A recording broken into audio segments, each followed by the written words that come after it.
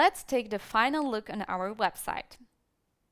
So first of all, we took care of the navigation. So we have the list items and we applied anchor linking so we can easily navigate through our site.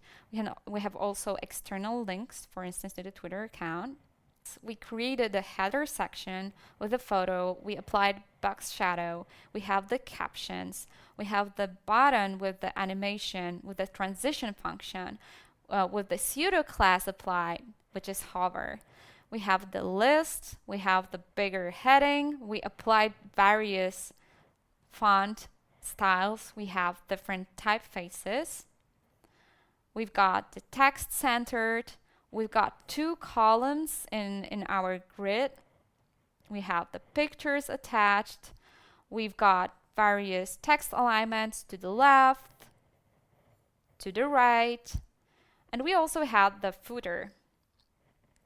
So I hope that you will reuse some sections of the website, and I hope that you will apply CSS and practical examples in your daily work. Thank you so much in participating in my course. I hope that you had great fun, and I hope that you believe that coding is a great tool to do some experiments with UI in the real life, which is a web browser.